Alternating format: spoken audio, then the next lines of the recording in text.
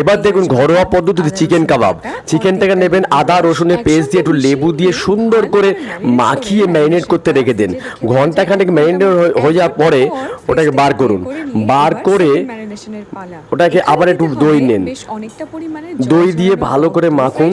ওপরে একটু fresh cream দেন, ওটাকে গোল আদা জিরে লঙ্কা নুন গোলমরিচ এবং ওটাতে গরম মশলা দিয়ে ভালো করে দেন, জায়ফল জয়ত্রী দিয়ে ঘষে দেন সুন্দর করে।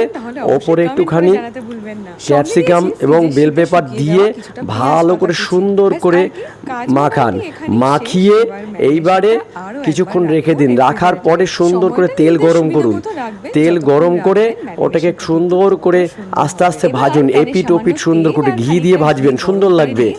ভেজে মচমচ করে খান, সঙ্গে একটু সস নেবেন, দারুণ লাগবে। দেখুন।